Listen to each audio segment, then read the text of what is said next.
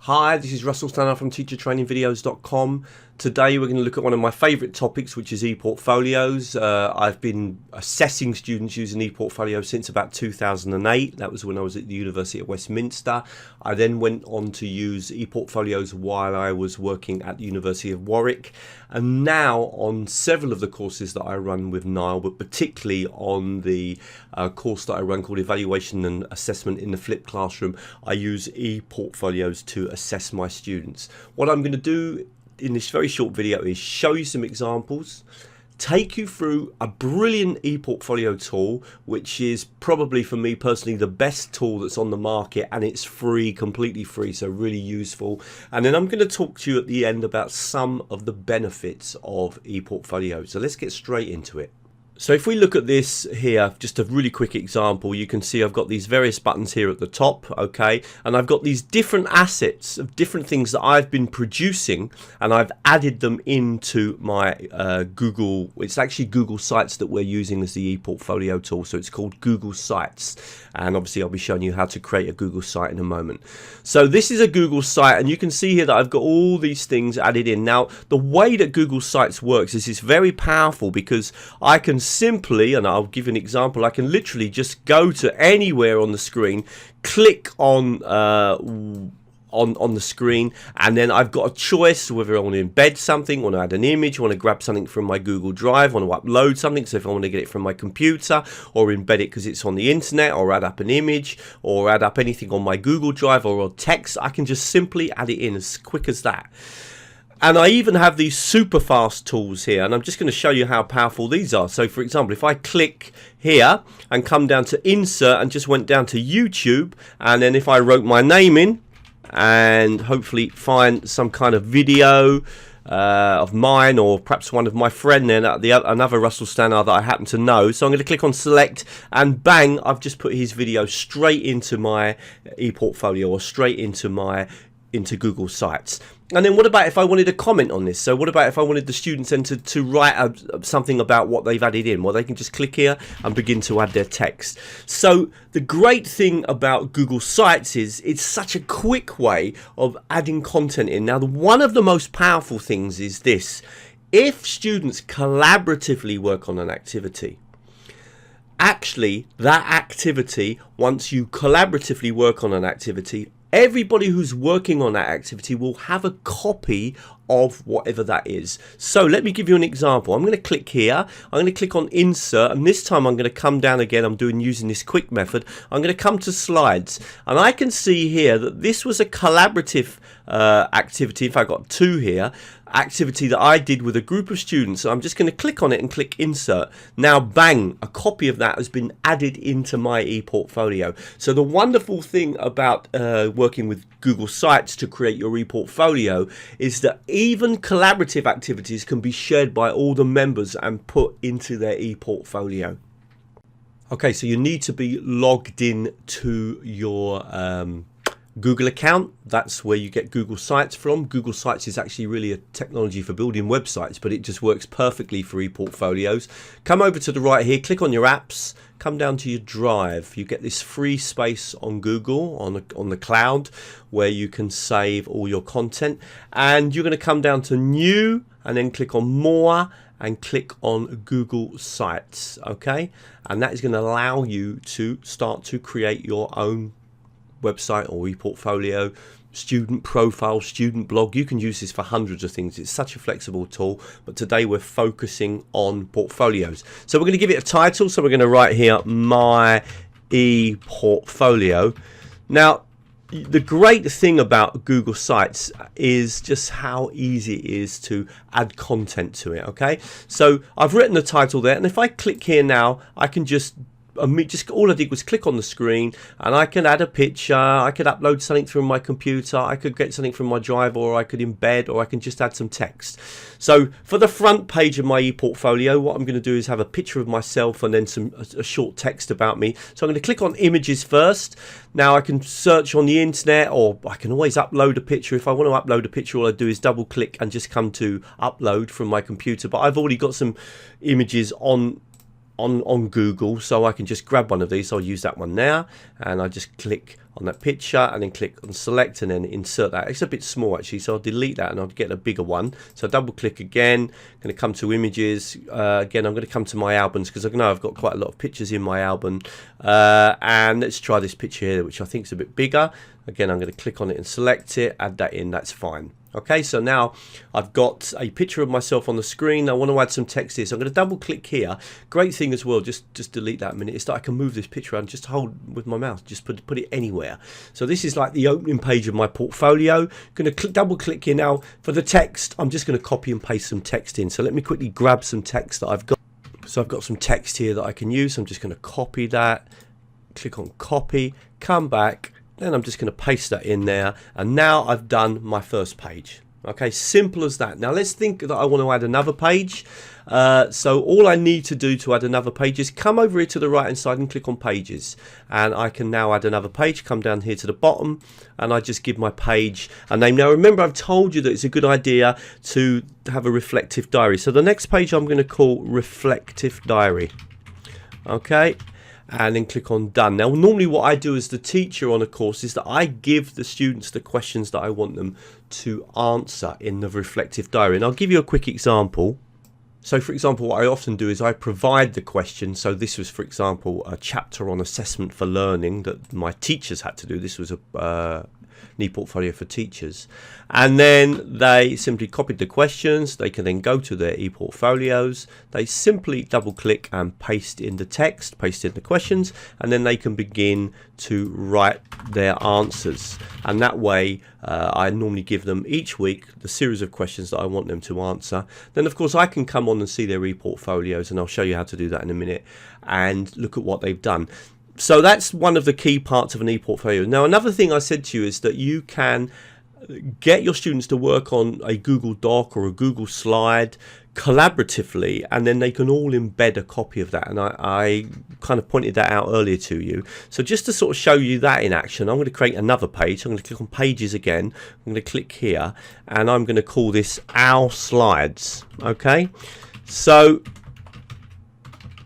there it is, click on done, and now I want to add in some slides that we've produced collaboratively. So I'm going to go to insert, click here, and going to come down to my slides, and this is like a fast tool to quickly find anything that's on your Google Drive really quickly.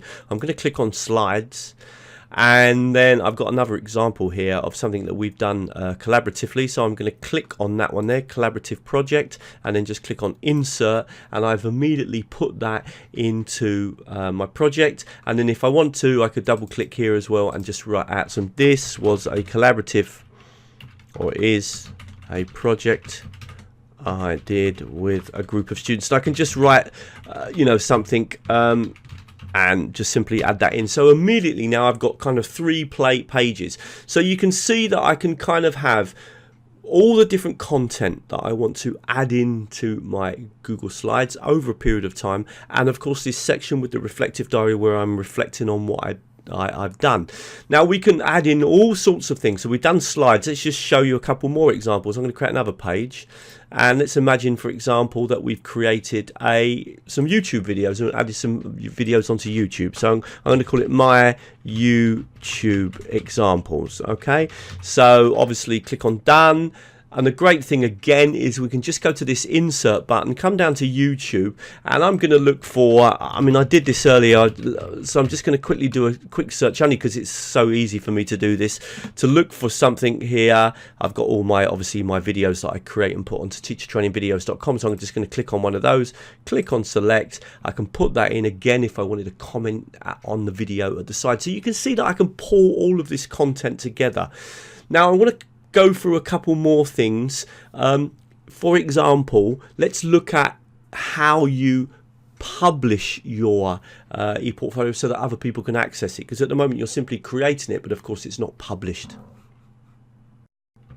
First thing I need to do is to give my actual file a name, so I'm going to call this my e-portfolio. This is just simply the file of the actual Google Sites, so that obviously that if I need to find it on my drive. to open it up again and edit it. So do that. Make sure that's different from your title. That's just the name of the file. Then you need to click on this publish button here. Now you need to give your ePortfolio a name. So I'm going to call mine Russell ePortfolio 2019. And it's going to tell me whether that's okay, and that's perfect. So I've given it that name, and that is the name now where people can find my ePortfolio. Okay, and you can see here that it's https sites google.com view . So that is the actual address of my. Now I could actually pay and have a better address if I wanted to. I'm not going to do that. Now the important thing, and sometimes a little bit complicated, is to start to think about, well, who can view your ePortfolio? And so I want to focus on that now. Now, there's quite a few connotations in terms of you being able to share your ePortfolio. And if you think about it, there's kind of two ways. One, that you get a link and you just share that with as many people as you want and then they can access it. Or another way is to kind of send specific invites to students or to people that you want to view your ePortfolio.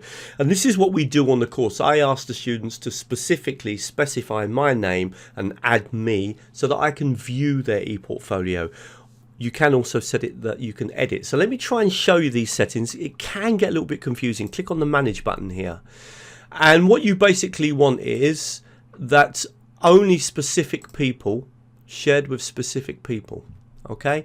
So in that case, only people that you choose can actually view it. If you want to do it so that anyone with the link can do it, you can also do that. In which case you would then need to share the link.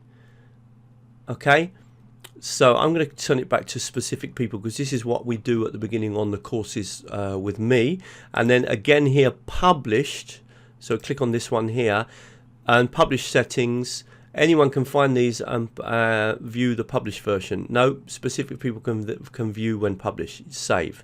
Now all you need to do now is click and add in the name of any specific person that you want to invite apart from yourself to view the published version. So in most cases you would add in your teacher's email address, and notice here when you add in someone's address you can either say can view or can edit or can view published. So I'm going to click on can view published. I would write in my teacher's email address here and then click OK, and that would mean then that the teacher would receive an email and so that he or she could then access the ePortfolio, and that's what we do on our course. And so I've now I've added one person's name. This is my teacher. I'm going to say that the teacher can actually only view it. And I click on OK. And that is still not published actually. I need to click on done. So once I've done that, I click on done. And then I need to click on the publish button. And only now will this ePortfolio be published. And in this case, only two people can see it, myself and my teacher. So I click on published. Now, once you've published your ePortfolio, what about if you've decided, oh God, I've really made a big mistake and I don't want to publish it? Well, you can just click up here at any time and unpublish your ePortfolio. So you just simply come over to the publish button, click on that and click unpublish, and it will unpublish. Secondly, anytime you want to view your ePortfolio, preview it, just click here. You can see exactly how your ePortfolio looks. Now if we come back to my Google Drive and scroll down, we should see that ePortfolio there, because obviously we've produced the ePortfolio. There it is. Okay, and of course I can click and open it again at any time, because remember that is the file name of the ePortfolio. Now one really important thing to remember is if you make any additions or changes, you need to republish it. Otherwise the updates will be saved on the file but not on the published version. So always remember, you're creating your content and then publishing it. Now I just want to talk about one final thing, because teachers always ask me, they say, Russell, how come if 5 or 6 teachers work together on a document, they can all put a copy into their ePortfolio? Well, that's very easy and really important, and it's often the hardest thing for teachers to understand. So I'm going to try to explain that to you by doing an example with you. So I've clicked over here onto my Google Drive, and I'm going to click on New, and then going to come down to Google Slides, and I'm going to create a Google slide. So I can really demonstrate this very powerfully. So I'm just going to call this collaborative slide. Okay, And then what I'm going to do is, I won't bother, let's just add one page just for the sake of it, okay? And then we'll just call this page 1, just so that you can... now what happens is that when I want to share this with other students so that they can collaborate with me, I simply come over to the share button here. And I need to name it first. Sorry, I didn't give it a name. You always have to give your... just call it Collabs Live. That'll do. I need to click on this here. Get shareable link. And I need to set that to can edit. Now, that link then, if that is sent to another student, that other student will also be able to work on this slide. But as soon as they begin working on it, it will be added to their Google Drive. Of course, they also need to have Google. That's one prerequisite for this working. So as long as they've then got a Google slide, they can then access this slide, add what they want to it, and then it will automatically save in their Google Drive as well. So when they open up their ePortfolio and they want to add this slide, they will find it in their Google Drive, as will the person that created the slide. I hope I'm making that clear. And that's really important. And I can sort of demonstrate this, or half demonstrate it, by just simply showing you that if I copy that link, and let's just open up another browser. Now if I paste in that link that I was given and click on enter, I will actually come straight into that document, and I'm going to just add something on it.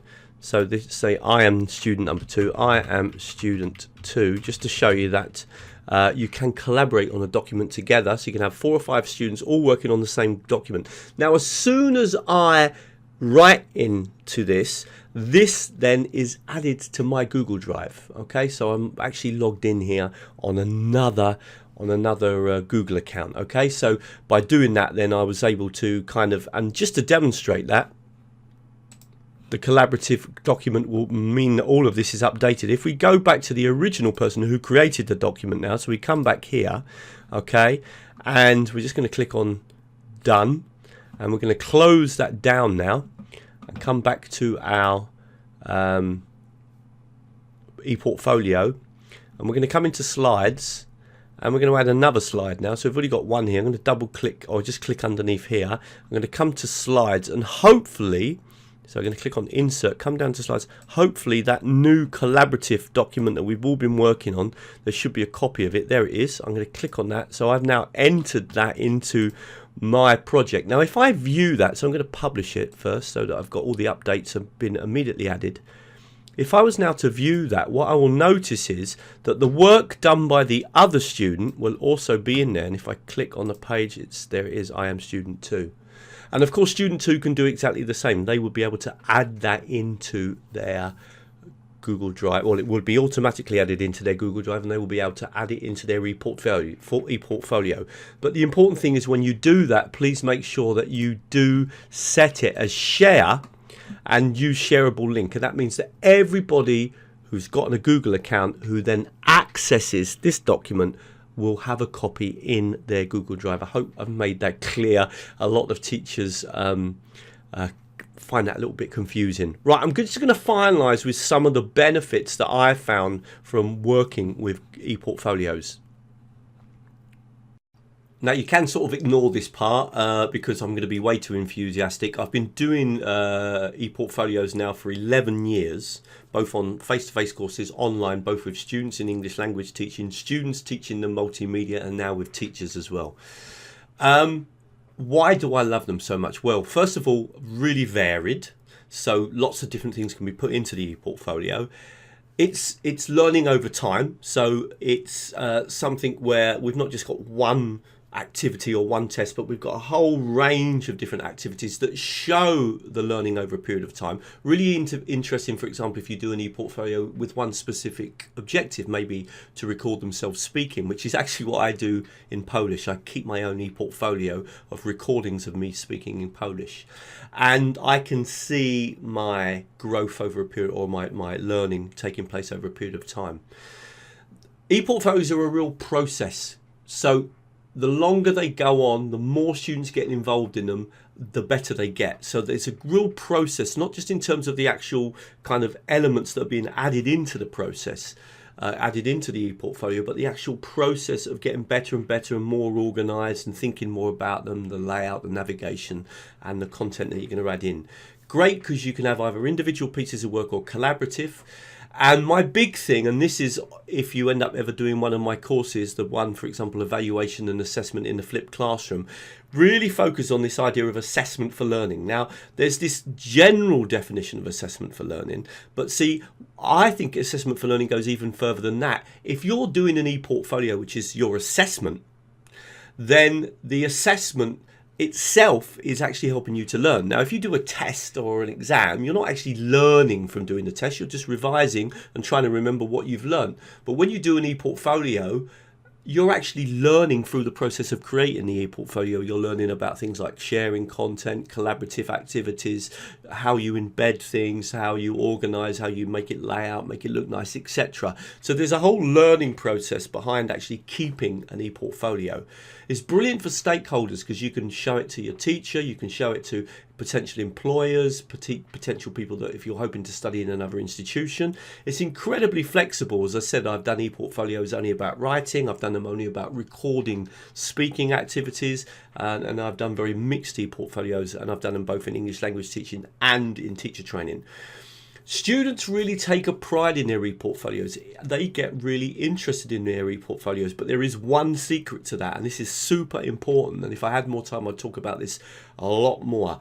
You've got to link your e-portfolio to your lessons. If you're simply just asking the students to do the e-portfolios at home and then never mention them in the class, then this won't happen. But if you do activities where you focus on the best e-portfolio of the week, or the best contribution or best reflection of the week, or you put the students in groups and get them to share their ideas, or you make suggestions to them about things that they could add to their e-portfolio, you need to be linking it in tightly to the class. And if you don't do that, you'll find that e-portfolios kind of die off. But if you do link it into class, students will get very, very excited when they realise all the different things they can do with the e-portfolio and how they can make it look really nice and personalise it. And there's lots of things they can do in terms of the layout and the organisation of the content. So for that reason, portfolios are brilliant. But there's even more. Every portfolio needs a reflective diary. So the other side is the reflections. Every e-portfolio needs a reflective diary. I, as the teacher, really need to think about the questions that I ask to the students that get them to think and to really apply and to think about what they've been learning. So, for example, if I'm doing a teacher training course and I show the teachers a certain method, then I'm going to say to them, right, how could you use this in your teaching and learning? What benefit would it have with your students? So I'm really getting them to try and process what they've learned and think about it in their own context. So it's those questions in the e-portfolio, in the reflective diary part, it can really help them to think about what they've learned and really apply it. And I think that helps learning a lot. And what I notice is that the teachers, on most of the portfolios I'm doing at the moment with teachers, they go from being very descriptive, so they just simply describe what they've done, to really starting to think about, well, okay, I've learned this is how I could apply it, these are the problems I might have, this is etc. These are the benefits that it might give my students. So you see the students, or the teachers in this case, are really learning. So I love the reflective tool. It really means that they're processing all these things that you're kind of showing them. They're really processing, thinking about them, and thinking about how they can use them in their own learning context. And the same thing applies to students. So you show students a certain technology, or you show certain teachers some certain ways of studying vocabulary, and then you get them to think about, well, which one of these activities do you like the best, which one works for you, which ones are you going to try to apply. So you're trying to get them to think all the time, and to really to sort of higher order thinking. You're trying to apply the knowledge, get them to think about the knowledge, etc. And as I said, there's really a lot of learning going on through doing that. You're encouraging learning. Now, the last thing I'm going to say is probably the most interesting for me, and I'm going to stick to my guns because some of you are going to say, Russell, is this really possible? Well, I've now done this for 10 years. If my students or my teachers, because I said I'm mainly doing teacher training now, are creating all these little activities in the classroom, Yeah, these are going to be like formative assessments, little group work activities, and then they take a copy of that and then they put that into their ePortfolio, and every time they do a lesson they do that, or every week they choose one thing maybe that they add into their ePortfolio.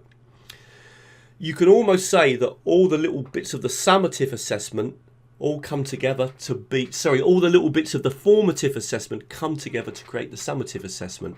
And this is exactly what we did at Warwick, and exactly what I did at Westminster, and exactly what I'm doing now on the course that I run for Nile. Students build up their ePortfolio with the lots of little mini formative assessments that they do in the class, and then that is formally marked along with the reflections as part of their final kind of evaluation. So formative assessment can build into summative assessment, and that is for the reason why I think ePortfolios are so powerful. Okay, I hope you found that useful. Sorry if I get a bit too enthusiastic. I must make one point. A lot of things went wrong along the way until I really understood how ePortfolios work and how to deliver them effectively. And I'm now doing on most of the online courses that I run, and most of the training courses where I go and stay with a university or an institution for a week and do training. And they've been very successful, and the feedback on them has been tremendous. So that's the reason I'm arguing that they're really something to think about and worth experimenting with. Please come to teachertrainingvideos.com. Lots more free content. There's all the different tools here at the top of the screen if you want to learn about them. There's kind of topic-based stuff here if you're interested in a flipped classroom or feedback and stuff like that. Please sign up to the newsletter. That way you can keep up with all the latest videos that I add up. You can also keep up with any online courses I'm running or any webinars, and occasionally I even get special offers on software. And then the other thing really, if you want to follow me, is join me on YouTube. I'm putting up lots of content onto my YouTube channel. I think we're finally up to around about 6,000 subscribers. It's still way behind the number of people that come to the website, but hopefully over time that channel will build up. And thank you very much.